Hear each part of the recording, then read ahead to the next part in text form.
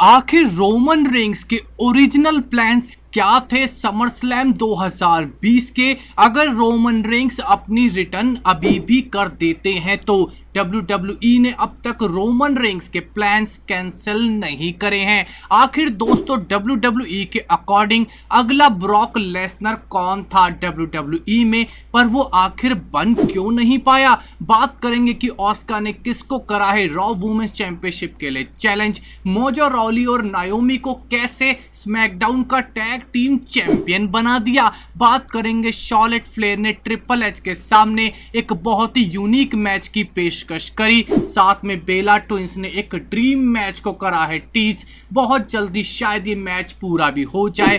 Beth Phoenix ने बताया कि अंडरटेकर भी मजाक करते हैं। सेथ रोलिंग्स ने एक बहुत ही बेहतरीन प्रोमो करा है कट रे मिस्टीरियो के खिलाफ, और हुरिकेन ने रिवील करा कि द रॉक ने उनकी मदद करने की कोशिश करी थी WWE में। साथ में दोस्तों बात करेंगे कि फैंस ने शेना बेजलर को अगली कहा, most unattractive women on the roster कहा, तो फाइनली शेना बेजलर का रिप्लाई क्या था, और ये रिप्लाई एक धाकड़ रिप्लाई था। ये सब करेंगे दोस्तों इस वीडियो में रिवील। मेरा नाम है नितिश वशिष्ठ एंड आप देख रहे हैं WWE हिंदी एम्पायर चैनल। सबसे पहले दोस्तों बात करते हैं सेथ रोलिंग्स की। सेथ रोलिंग्स एक्सट्रीम रूल्स 2020 पे रे मिस्टीरियो के खिलाफ एक I for an I match में भिड़ेंगे। ये WWE का फर्स्ट एवर मैच है। सेथ रोलिंग्स इस मैच में कोई कमी नहीं रखना चाहते। सेथ रोलिंग्स ने रिसेंटली एक इंस्टाग्राम फिल्टर का यूज करते हुए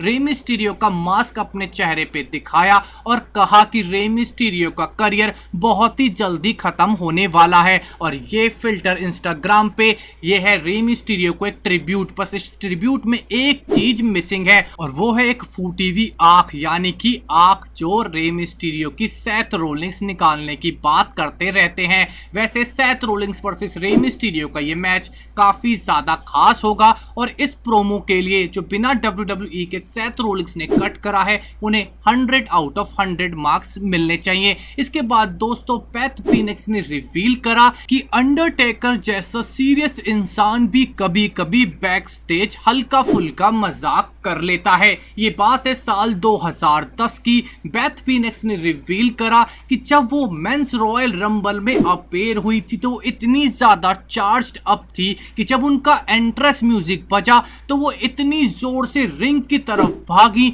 जब वो रिंग में पहुंची उन्होंने फाइट करी, रॉयल रंबल से एलिमिनेट हुई और जब वो बैक स्टेज पहुंची तो वहां पे अंडरटेकर मौजूद थे। अंडरटेकर ने बेथ फीनिक्स से मजाक करते हुए कहा कि लगता है बेथ आज तुमने 100 मीटर स्प्रिंट का वर्ल्ड रिकॉर्ड तो तोड़ ही दिया होगा। तुम इतनी जोर से भागी ऐसा लगा तुम किसी से अपना पीछा छुड़ा के भाग रही हो। इस बात पे बेथ फीनिक्स ने कहा कि अंडरटेकर के इस मजाक के बाद उनको रियलाइज हुआ कि रॉयल रंबल में उनकी अपीयरेंस उनके लिए कितनी ज्यादा खास थी। उन्होंने इस बात को इतना इमोशनली लिया कि जैसे उनके पहले बच्चे का बर्थ हुआ था, उन्होंने इस अपीयरेंस को उससे कंपेयर कर डाला। इसके बाद दोस्तों बात करेंगे शॉर्लेट फ्लेयर की। शॉर्लेट फ्लेयर इस वक्त WWE से दूर हैं क्योंकि उनको एक प्लास्टिक सर्जरी करवानी है, जो हमने रिसेंटली अपनी एक वीडियो में बता भी दिया था कि किस जगह की प्लास्टिक सर्जरी करवानी है। पर शॉर्लेट फ्लेयर ने एक इंटरव्यू में रिवील करा,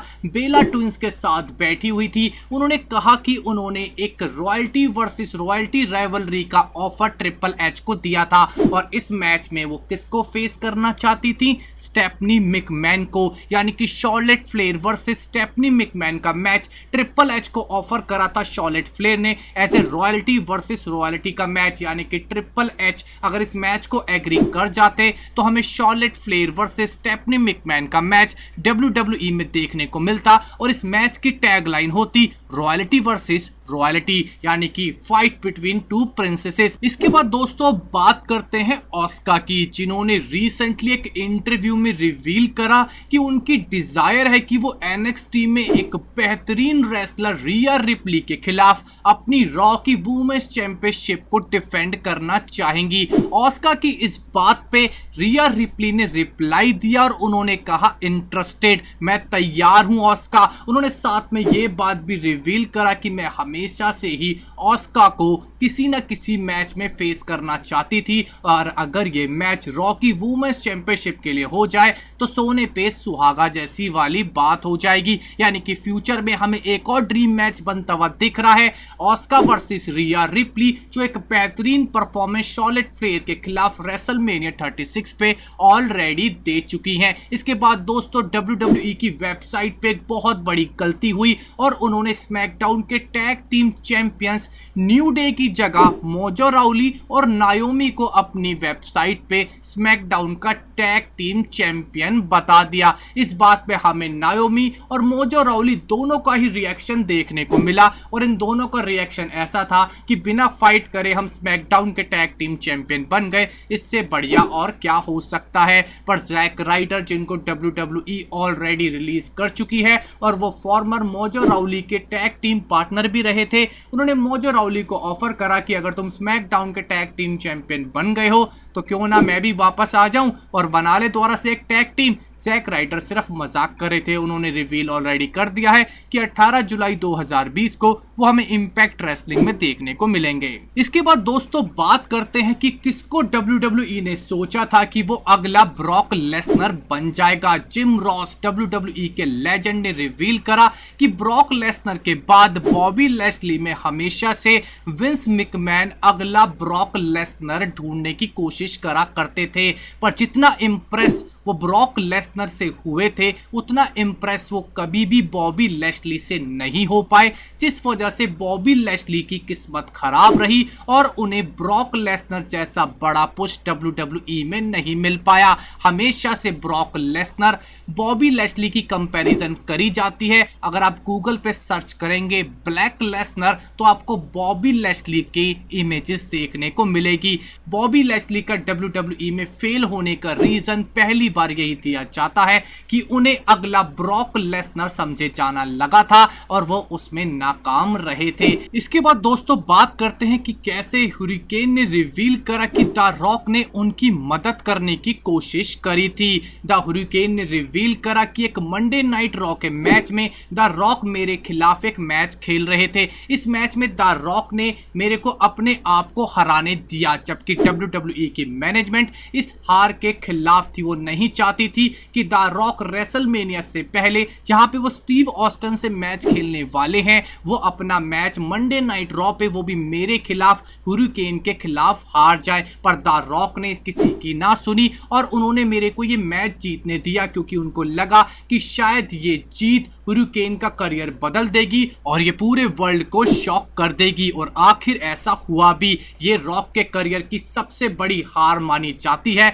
कि कैसे हुरिकेन से द रॉक अपना मैच मंडे नाइट रॉ पे हार गए थे। इसके बाद दोस्तों कुछ फैंस ने शेना बेसलर को अगली कहा और WWE के रोस्टर की मोस्ट अनअट्रैक्टिव वुमेन तक कहा। इसके बाद दोस्तों शेना बेसलर काफी ज्यादा चिढ़ गई और उन्होंने अपने इन फैंस को रिस्पॉन्ड करते हुए कहा, जाओ तुम कोई मिस यूनिवर्स जैसा कंपटीशन देखो, कहां तुम एक स्पोर्ट्स एंटरटेनमेंट रेसलिंग देखने आ गए हो। WWE कोई अट्रैक्टिव वुमेन्स का खेल नहीं है, यहाँ पे वही जीतता है जिसमें दम होता है। शेना बेसलर ने साफ कर दिया कि वो कोई मिस यूनिवर्स का कंपटीशन करने थोड़ी आई है WWE में, ना ही उसे सुंदर दिखने की कोई टेंशन है। वो सिर्फ रेसलिंग करना चाहती है और अपने अपोनेंट्स को रिंग के बीचों बीच पेलना चाहती है। इसके बाद दोस्तों बात करते हैं कि बेला ट्विंस ने रिवील करा कि वो फ्यूचर में चाहेंगी कि वो एक ड्रीम मैच खेले साशा बैंक्स और बेली और ट्रिश स्ट्रैटस और लीटा के खिलाफ, यानी कि एक triple threat tag team match जो रिसेंटली साशा बैंक्स और बेली ने भी टीज करा था। इसके बाद दोस्तों बात करते हैं रोमन रेंस की। रोमन रेंस के समरस्लैम 2020 के प्लान्स क्या हैं? रिंग साइड न्यूज के अकॉर्डिंग रोमन रेंस के ओरिजिनल प्लान समरस्लैम 2020 के लिए यूनिवर्सल चैंपियनशिप के लिए है। अगर रोमन रेंस अपनी रिटर्न टाइमली कर देते हैं तो समरस्लैम 2020 पे हमें रोमन रेंस वर्सेस ब्रे वायट ओब्लिक फील्ड का मैच देखने को मिल सकता है यूनिवर्सल चैंपियनशिप के लिए, या रोमन रेंस ब्रॉन स्ट्रोमैन के खिलाफ यूनिवर्सल चैंपियनशिप के लिए भिड़ेंगे। पर रोमन रेंस को अपनी रिटर्न अब जल्दी करनी पड़ेगी। अगर रोमन रेंस अपनी रिटर्न नहीं करते तो रोमन रेंस के प्लान्स को WWE कैंसिल कर देगी समरस्लैम 2020 के लिए, और हमें समरस्लैम 2020 पे the field versus Braun Strowman का यूनिवर्सल चैंपियनशिप मैच देखने को मिलेगा। यानी कि रोमन रेंस के पास अपनी रिटर्न के लिए ज्यादा वक्त नहीं बचा है। अगर वो अपनी रिटर्न थोड़ी सी और देरी से करते हैं तो समरस्लैम 2020 पे भी हमें रोमन रेंस का कोई मैच नहीं देखने को मिलेगा। तो दोस्तों, हम आपसे इस वीडियो में यही क्वेश्चन पूछना चाहेंगे कि आपको लगता है कि रोमन रेंस अपनी टाइमली रिटर्न कर लेंगे समरस्लैम 2020 से पहले और खेल पाएंगे मैच समरस्लैम 2020 पे यूनिवर्सल चैंपियनशिप के लिए? आप अपना ओपिनियन हमारे कमेंट सेक्शन में जरूर दीजिएगा। हमारे इस वीडियो को देखने बहुत बहुत शुक्रिया। हमारे चैनल को सब्सक्राइब कीजिए, लाइक एंड शेयर। आपका बहुत बहुत धन्यवाद।